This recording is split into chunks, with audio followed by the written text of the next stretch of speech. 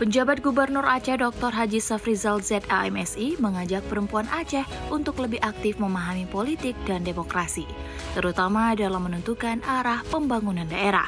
Menurut Safrizal, perempuan memiliki potensi besar untuk memberikan kontribusi positif dalam pengambilan keputusan. Dalam perannya sebagai pendamping, perempuan dapat mendorong pasangan mereka untuk membuat keputusan yang tepat dan bijak. Ia menekankan pentingnya suara dan aspirasi perempuan Aceh yang sejak masa kolonial dikenal sebagai sosok yang tangguh dan lantang. Safrizal bahkan menegaskan jika suara perempuan akan menjadi faktor penentu dalam pemilu mendatang. Saya yakin kandidat yang tidak mau mendengarkan perempuan akan kalah suara, karena pemilih Indonesia termasuk Aceh didominasi oleh perempuan, kata Safrizal saat pembukaan Duk Pakat Inong Aceh kelima yang diselenggarakan oleh Balai Syura Urang Inong Aceh yang digelar di Asrama Haji Banda Aceh pada Selasa 29 Oktober 2024.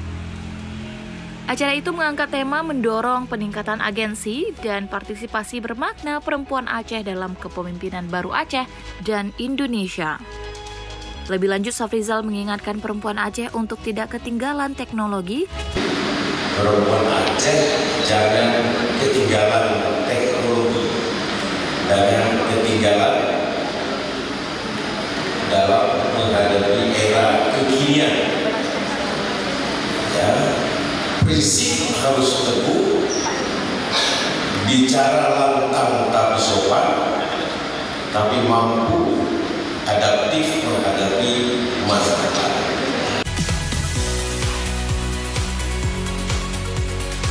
Dan harus mampu beradaptasi dengan perkembangan zaman. Ia menyebut bahwa perempuan adalah pilar peradaban yang memiliki peran besar dalam membentuk karakter generasi muda.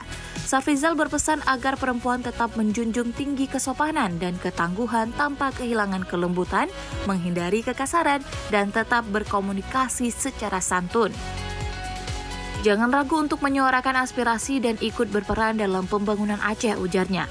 Ia berharap perempuan hingga ke pelosok pedesaan dapat berpartisipasi aktif dalam pembangunan Aceh tanpa mengalami diskriminasi.